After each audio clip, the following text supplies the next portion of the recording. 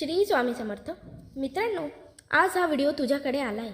हा योगायोग नसून देवाचा आशीर्वाद आहे. त्यामुळे व्हिडिओ स्किप न करता शेवटपर्यंत बघा आणि व्हिडिओ आवडल्यास चॅनलला सबस्क्राईब करा. गोड बोलावे, मन निर्मळ ठेवावे आणि चांगले आचरण करावे. माणसाने अहंकार सोडून द्यावा, तेव्हाच तो मुक्त होतो. चांगली माणसे कधीही दुसऱ्याला दुःख देत नाहीत. भगवंताच्या सेवेशिवाय जीवन निरर्थक आहे. नामस्मरण हा सर्वोत्तम उपाय आहे.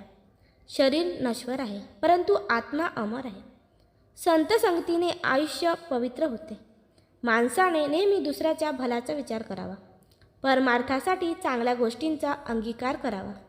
नामस्मरण केल्याने सर्व दुःख नाहीसे होते. निश्चल भावना भजन करावे. देवाच्या भक्तीशिवाय काहीही शाश्वत नाही.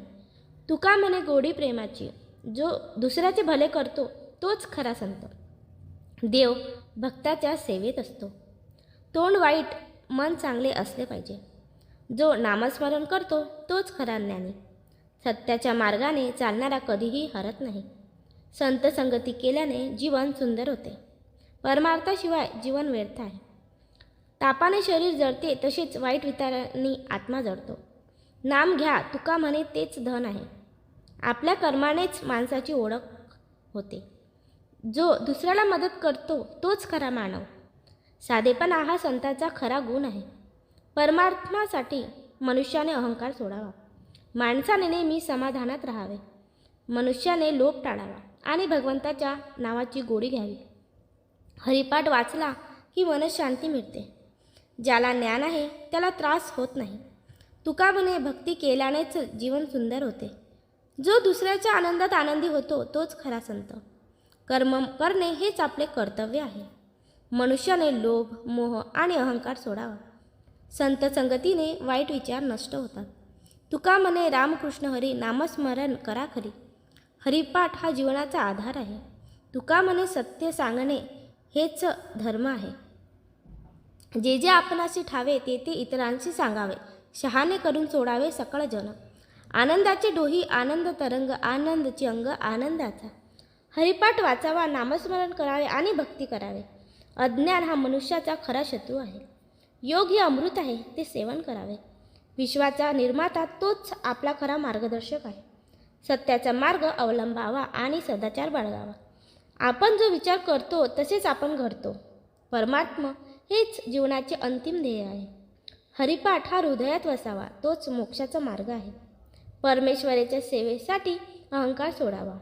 सद्गुरूंची कृपा असेल तर जीवन कृतार्थ होते. जीवनात संताची सांगत लाभणे हे खरे भाग्य आहे. निस्वार्थी भक्तीच खरी भक्ती आहे. शरीर मर्त्य आहे पण आत्मा अमर आहे. सतत हरिपाठ करावा आणि नामस्मरणात रममाण व्हावे. सत्य, धर्म आणि ज्ञान यांचा स्वीकार करावा. साधना केल्याशिवाय आत्मज्ञान प्राप्त होत नाही. जे कर्म कराल तसे फळ मिळेल. परमात्मा साधनेसाठी मोह आणि माया सोडावी. ईश्वर भक्ती केल्याने सर्व दुःख नाहीसे होते. श्रीकृष्णाच्या चरणी संपूर्ण विश्वास ठेवावा. परमात्म्याशिवाय आयुष्य निरर्थक आहे. ज्ञानेश्वरी वाचावी, समजून घ्यावी आणि आचरणात आणावी. प्रेम आणि भक्ती हेच ईश्वर प्राप्तीचे साधन आहे.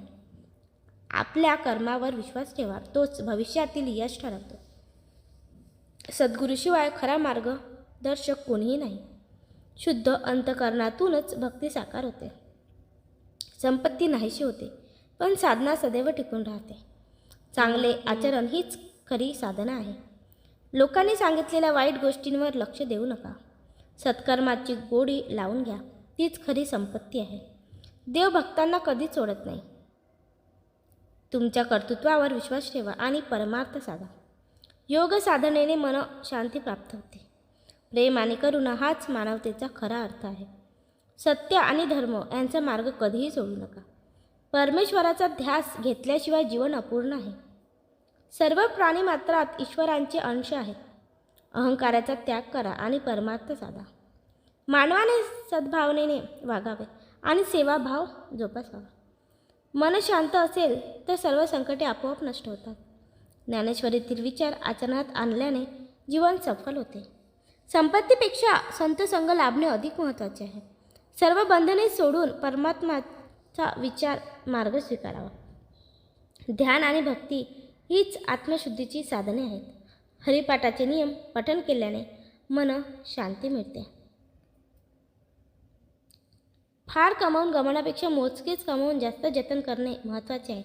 मग पैसा असो की माणसं. जेव्हा तुमचा शत्रू तुमच्यापेक्षा अधिक बलवान असेल तेव्हा त्याच्याशी सरळ लढण्यापेक्षा कूटनीतीने लढणे अधिक फायदेशीर असते. युद्धात संख्याबळ म्हणजे नाही तर साहस, नीती आणि योग्य वेळी योग्य अस्त्र किंवा व्यक्तीचा उपयोग करणे जास्त महत्त्वाचे आहे. जो राजा किंवा सेनापती युद्धात स्वतःच्या एक सैनिकांच्या प्राणांना राजाच्या प्राणा इतकेच महत्त्व देऊन त्यांच्या प्राणांचे रक्षण करतो त्याचा विजय निश्चित असतो.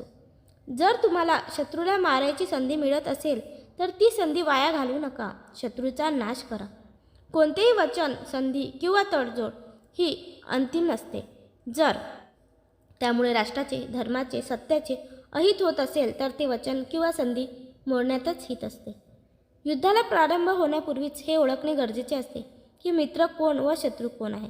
जो मित्राचे सोंग करून द्रोह करतो त्याला ओळखणे आवश्यक असते.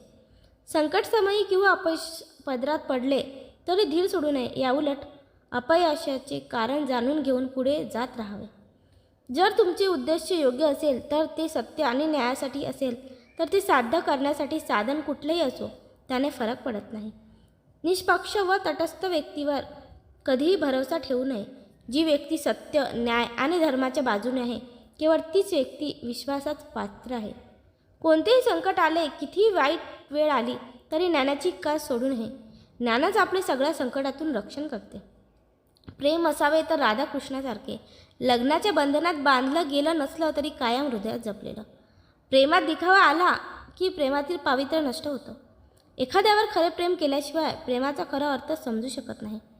प्रेम म्हणजे दोन आत्म्यांचे एकरूप होणे. जसे राधेने कृष्णाच्या हृदयात तर कृष्णाने राधेच्या हृदयात केले. बदल हा जगाचा नियम आहे, पण जे कोणत्याही परिस्थितीत बदलत नाही तेच खरे प्रेम आहे. खरे प्रेम तेच जे न सांगताही एकमेकांची वेदना समजून घेते आणि न बोलताही एकमेकांचे दुःख वाटून घेते. जर तुम्ही तुमचे लक्ष्य गाठण्यात अयशस्वी झालात तर तुमची रणनीती बदला, तुमचे लक्ष्य नाही.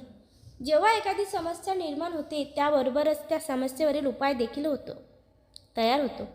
कोणाला तोंड देखील क्षमा करण्यास एक क्षणही लागत नाही, पण मनापासून क्षमा करण्यास एक जन्मही अपुरा पडतो. चमत्कार त्यांच्याबरोबर घडतात जे तो घडण्यावर विश्वास ठेवतात. अपेक्षा व इच्छांचा त्याग करणे हा सुख मिळवण्याचा खात्रीशीर मार्ग आहे. माणसाचे पतन त्याच क्षणी सुरू होते जेव्हा तो आपल्या प्रियजनांना खाली खेचण्याचा विचार करू लागतो. अज्ञानी लोक फक्त स्वतःच्या लाभासाठी कार्य करतात, पण बुद्धिमान लोक मात्र विश्वकल्याणासाठी कार्य करतात. आयुष्यात काहीही झाले तरी निराश होऊ नये, कारण त्याच वेळी तुमचे दुबळे नाही तर तुमचा काळ खराब असतो. तुम्हाला जर आजचा व्हिडिओ आवडला असेल तर चॅनलला सबस्क्राईब करा आणि कमेंटमध्ये श्री स्वामी समर्थ नक्की लिहा आणि व्हिडिओला लाईक करून बेल आयकॉन क्लिक करा. धन्यवाद.